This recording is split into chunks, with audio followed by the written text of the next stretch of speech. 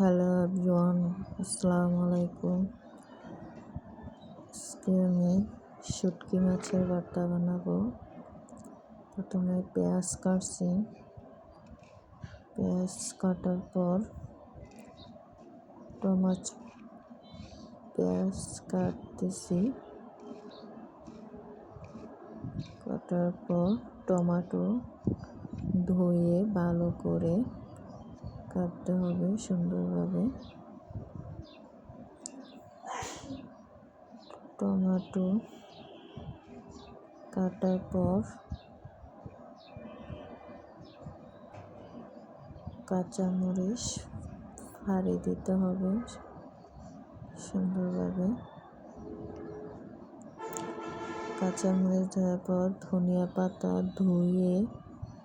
বেছে ধুয়ে সুন্দরভাবে পলতে হবে।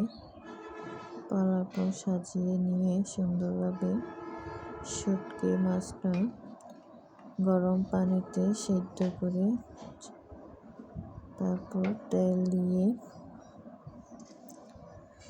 সুন্দরভাবে এটা মরিচ বাটা দিছি। মরিচ বাটার পর টমেটো সেদ্ধ করা শুটকি নাড়াচাড়া দিয়ে আদা রসুন তারপর শুটকি মাছ দিয়ে সুন্দরভাবে হতে হবে। লাস্টে ধনিয়া পাতা দিয়ে উঠিয়ে নিতে হবে।